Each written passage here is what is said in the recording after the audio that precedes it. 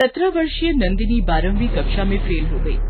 Fail हो जाने के अफसोस से वो एक समुद्र तट के करीब पत्थरों पर जा बैठी। अपने दुख में वो अकेली शामिल थी।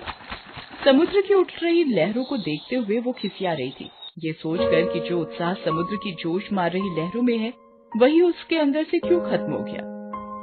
नंदिनी इसी खिसियाहट का शिकार रहकर करीब पड़े छोटे छोटे पत्थर उठाकर समुद्र में फेंकने लगी। वो पागलपन का सबूत देते हुए जोशीली लहरों को पत्थर मार रही थी। एक ही जगह से पत्थर उठा उठाकर समुद्र में फेंकते हुए उसने एक जगह पर गहरा गड्ढा कर डाला। जहाँ से वो लगातार पत्थर उठा रही थी, अचानक उसी जगह से पत्थर उठाते हुए उसके हाथ में पत्थर की जगह कोई और वस्तु आ गई। वो उस वस्तु को फेंकने वाली थी कि अचानक उसने देखा कि उसके हाथ में पत्थर की जगह एक चिराग आ गया है।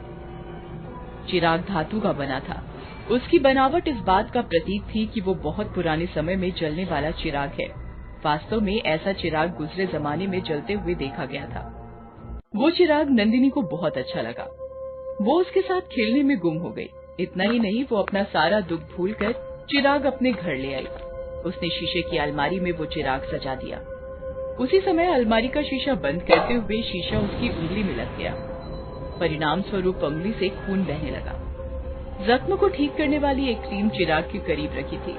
नंदिनी ने हाथ बढ़ाकर जैसे ही क्रीम उठानी चाहिए, तभी उसकी उंगली से बहते हुए खून की एक बूंद चिराग पर गिर गई, जिसे वो समुद्र के किनारे से उठाकर लाई थी। बूंद के चिराग पर गिरते ही चिराग से गाढ़ा धुआं उठने लगा। ये देखकर नंदिनी डर गई। वो पीछे हट गई। देखते ही देखते उस धुएं का एक आदमी बन गया। वो आदमी करीब 35 वर्ष का था। उसके तन पर केवल काले रंग की धोती थी। उसके काले घुंघराले बाल कंधों पर पड़े थे। चेहरे से वो कोई शैतान नजर आता था। नंदिनी उसे देखकर बुरी तरह डर गई। बोली, कौन हो तुम? तुम वापस जाओ। मैं जाने के लिए नहीं आया हूँ, मैं तो आपके हुक्म को पूरा करने आया हूँ। कुछ क्षणों तक नंदिनी उसे यूं ही देखती रही। फिर उसने पूछा, तुम्हारा नाम क्या है? चिराग। ओके, फिलहाल तुम यहाँ से जाओ, मैं बाद में तुम्हें कोई आदेश दूंगी। पर कहाँ जाऊँ? चीमा ने पूछा। जहाँ से आए हो। पर अब मैं वहाँ वापस नहीं जा सकता। मुझे आप ही के घर में रहना होगा। बताइए, मैं आपके घर में किस जगह रहूं? आओ मेरे साथ। नंदिनी उसे अपने साथ एक खाली कमरे में ले गई और उसने उसे वो कमरा दे दिया। उसके बाद नंदिनी ने चीमा के बारे में अपने पूरे परिवार को बता दिया। साथ ही चीमा से मिलवा भी दिया। उसके परिवार में उसके माँ बाप, एक बड़ी बहन और एक छोटा भाई था। चीमा से मिलकर नंदिनी के परिवार को हैरत अवश्य हुई, परंतु उन्हें इस बात की खुशी थी कि चीमा एक ऐसा अद्भुत व्यक्ति है जो उनके हर असंभव कार्य को पूरा कर सकता है। मुझे 20 लाख रुपए की जरूरत है। मिल जाएंगे, मगर थोड़ा इंतजार करना होगा। ठीक है। चीमा अदृश्य होकर नंदिनी के घर के सामने वाले बंगले में पहुंचा। वहां वो अपने स्पष्ट रूप के साथ 20 लाख रुपए तिजोरी से चुरा रहा था कि बंगले की मालकिन ने उसे देख लिया। इससे पहले कि वो शोर मचाती, चीमा ने चाकू से उसका गला काट दिया और 20 लाख रुपए लाकर नंदिनी के पिता को दे दिए। जब शाम को पता चला कि सामने वाले बंगले में 20 लाख की चोरी होने के साथ मालकिन को चोर ने खत्म कर दिया है, तो नंदिनी के पिता ने अनुमान लगा लिया कि वो सब चीमा ने ही किया है। अपना ये अनुमान उन्होंने पूरे परिवार से पता कर कहा, चीमा का यहाँ रहना ठीक नहीं। ये इंसान के रूप में शैतान है। इसे घर से निकाल दो। उनकी बात किसी ने न मानी। रात को जब सब सो रहे थे तो चीमा ने आकर नंदिनी के बाप का गला घोंट दिया और उन्हें खत्म कर दिया, क्योंकि चीमा सुन चुका था कि नंदिनी के पिता उसके खिलाफ हो गए हैं। अगले दिन उसके घर में मातम मनाया गया। पिता की मौत पर नंदिनी बहुत रोई। पूरा परिवार दुखों के सागर में डूब गया था। नंदिनी का भाई इतना छोटा था कि उसे अपने पिता की मौत की कोई समझ नहीं थी। वो घर की छत पर बैठा एक कागज पर हवाई जहाज बना रहा था। तभी उसके पास चीमा आ गया। उसने चीमा से कहा, क्या तुम मुझे हवा में उड़ा सकते हो?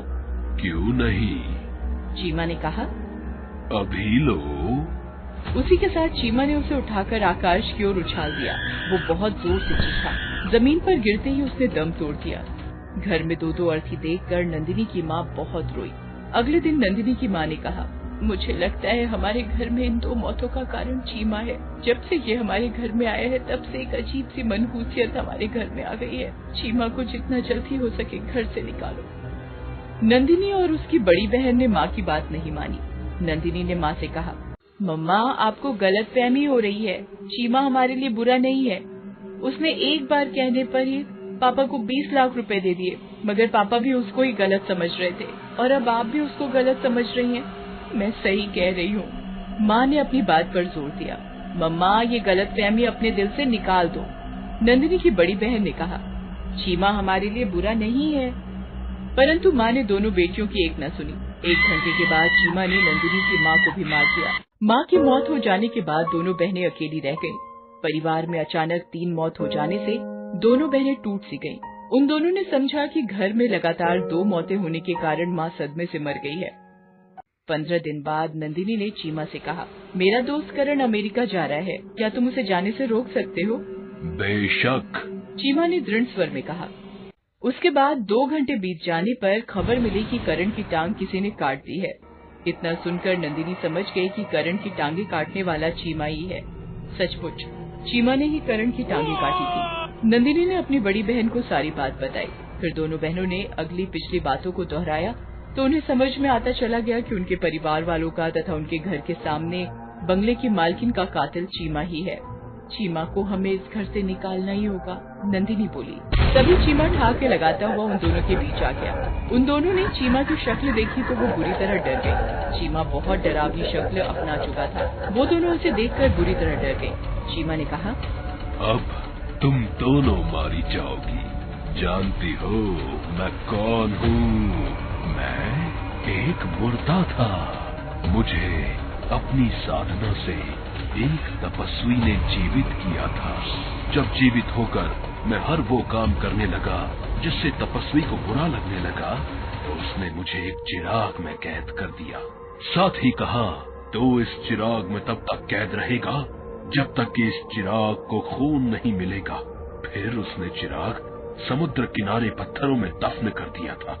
उस चिराग को तुम ले आई और तुम्हारी उंगली से बहते खून की बूंद चिराग पर टपक गई। बस फिर क्या था, मैं कैद से आजाद हो गया। अब मैं कभी कैद नहीं हो सकता। बोलो, मरने से पहले तुम्हारी आखिरी इच्छा क्या है? जल्दी से नंदिनी की बड़ी बहन ने कहा, जो 16 दिन पहले था आज हो जाए। वास्तव में चीमा को नंदिनी के घर में आए 17 दिन हो चुके थे। उसका 17वां दिन वहाँ कट रहा था। बहन के कहते ही चीमा ने वक्त को 16 दिन पीछे घटाते हुए वहीं से शुरू कर दिया जहाँ से नंदिनी उस चिराग को अलमारी में लगा रही थी जिसमें चीमा कैद था।